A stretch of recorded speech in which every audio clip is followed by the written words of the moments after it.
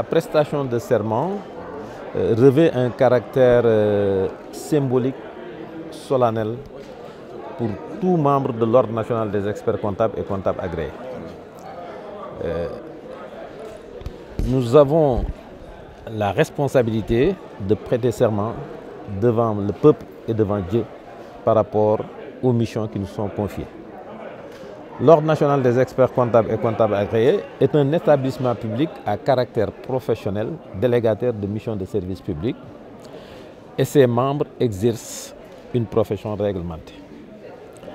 Cette profession réglementée doit s'exercer dans l'indépendance, la rigueur, la discipline, le respect de la confidentialité et surtout de l'éthique.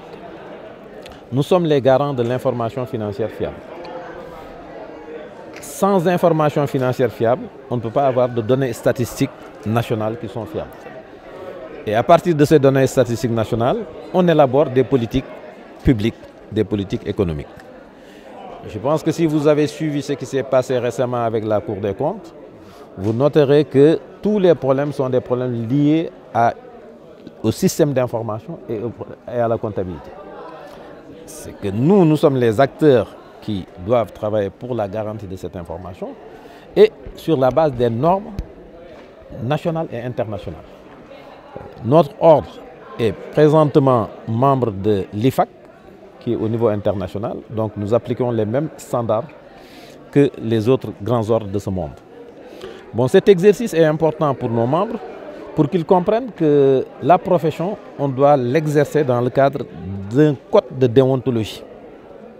Et qu'on ne peut pas se permettre certaines choses parce que, comme le président de la Cour d'appel l'a dit, nous devons être indépendants et nous devons donner des opinions qui sont basées sur l'objectivité. C'est pourquoi d'ailleurs, nous avons une chambre de discipline qui est présidée par un juge de la Cour d'appel. Et c'est le président de la première chambre commerciale qui est en même temps président de la chambre de discipline. Ça veut dire qu'aujourd'hui, ceux qui ont prêté serment sont venus prêter serment ici sur la base d'un engagement. Et dans le cadre de l'exercice de leur fonction, bon, on souhaite que ça se déroule normalement, qu'il n'y ait pas de problème. Mais si ça ne se déroule pas normalement, ils seront demain devant le juge de la Cour d'appel pour répondre de cela. Et les sanctions peuvent aller à des niveaux, voilà, même jusqu'au niveau pénal. Hein. C'est des responsabilités. Et donc cet exercice est un exercice indispensable pour tous les experts comptables.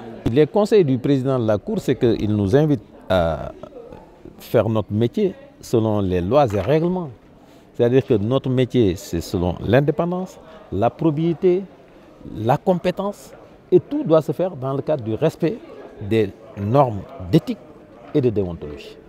Et ça, c'est fondamental. C'est-à-dire que si on n'est pas indépendant, bon, on doit être indépendant vis-à-vis des pouvoirs publics, indépendant vis-à-vis du privé, c'est-à-dire que donner une opinion professionnelle qui est objective et qui est indépendante. Parce que si on ne donne pas une opinion qui est indépendante, mais les risques sont là. Si vous voyez ce qui s'est passé là au niveau du Trésor, etc., c'est parce qu'il n'y a pas les experts comptables.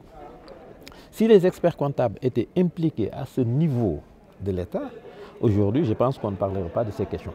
Et ce qu'on a vu, c'est inquiétant, hein, c'est de l'informel. On s'est dit, si c'est comme ça que ça se passait, des problèmes de comptabilité à ce niveau, ça veut dire que c'était plus informel que des entreprises informelles de la place. Bon, notre rôle, c'est d'interpeller les pouvoirs publics par rapport à ça et de rappeler que nous sommes là et que nous sommes disposés à accompagner pour éviter de telles situations dans le futur. Le rapport de 57 pages, nous l'avons lu intégralement. Et dans ce rapport, si on doit résumer les points principaux, on peut les limiter à deux. Un problème de système d'information et un problème de comptabilité. Le problème de système d'information, c'est de la responsabilité du Trésor, mais nous sommes des acteurs qui sont prêts et qui peuvent aider, parce que ça rentre dans le cadre de nos compétences, l'État pour avoir de bons systèmes d'information fiables. Concernant la comptabilité, c'est le non-respect des dispositions comptables. Et par rapport à ça, c'est parce que aussi le Conseil national de la comptabilité ne fonctionne pas au Sénégal. Si le Conseil national de la comptabilité fonctionnait et que les règles de la comptabilité étaient respectées, on n'en serait pas là. Et maintenant, la situation, elle est là. Quel rôle les experts comptables peuvent jouer pour qu'une telle situation ne puisse plus se représenter? C'est-à-dire que c'est l'implication des experts comptables au plus haut niveau concernant la comptabilité publique, la comptabilité du trésor, et pour qu'une telle situation ne puisse plus se reproduire. Donc nous sommes disposés, mais c'est des problèmes de comptabilité et des problèmes de système d'information. Et malheureusement, moi, après lecture de ces 57 pages, je me suis dit qu'on parle du secteur informel, mais là, c'était une comptabilité informelle. Donc on doit sortir de ça. Bon, l'ordre maintenant va saisir les autorités pour offrir nos services et dire que nous sommes prêts à les accompagner pour qu'une telle situation ne puisse se reproduire. Nous avons toujours tendu la main aux autorités, nous avons toujours lancé des appels, mais c'est qu'on ne pouvait pas imaginer que la situation des comptes publics était à ce niveau. Bon, vous savez, c'est le code de transparence qui exige dans son annexe au point 7.1 l'obligation de faire l'état des lieux sur les finances publiques après chaque alternance. Ça devait se faire en 2019, ça n'a pas été fait. C'est fait sur les comptes mars 2024 jusqu'en 2025. Cette situation devait se faire avant.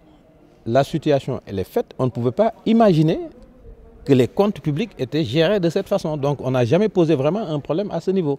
Bon, maintenant, je pense que le débat, c'est quoi? C'est de relancer le Conseil national de la comptabilité et c'est d'impliquer les experts comptables au plus haut niveau. Est-ce que vous pouvez imaginer, par exemple, une banque sans commissaire aux comptes? Il n'y en a pas. Le Trésor fonctionne comme une banque. C'est l'argent public. Mais il faudrait qu'il y ait des vérificateurs externes. Et ces vérificateurs externes ne peuvent être que les membres de l'ordre des experts comptables. Je pense qu'il y a des réformes qu'il faut faire pour qu'une telle situation ne puisse plus se reproduire.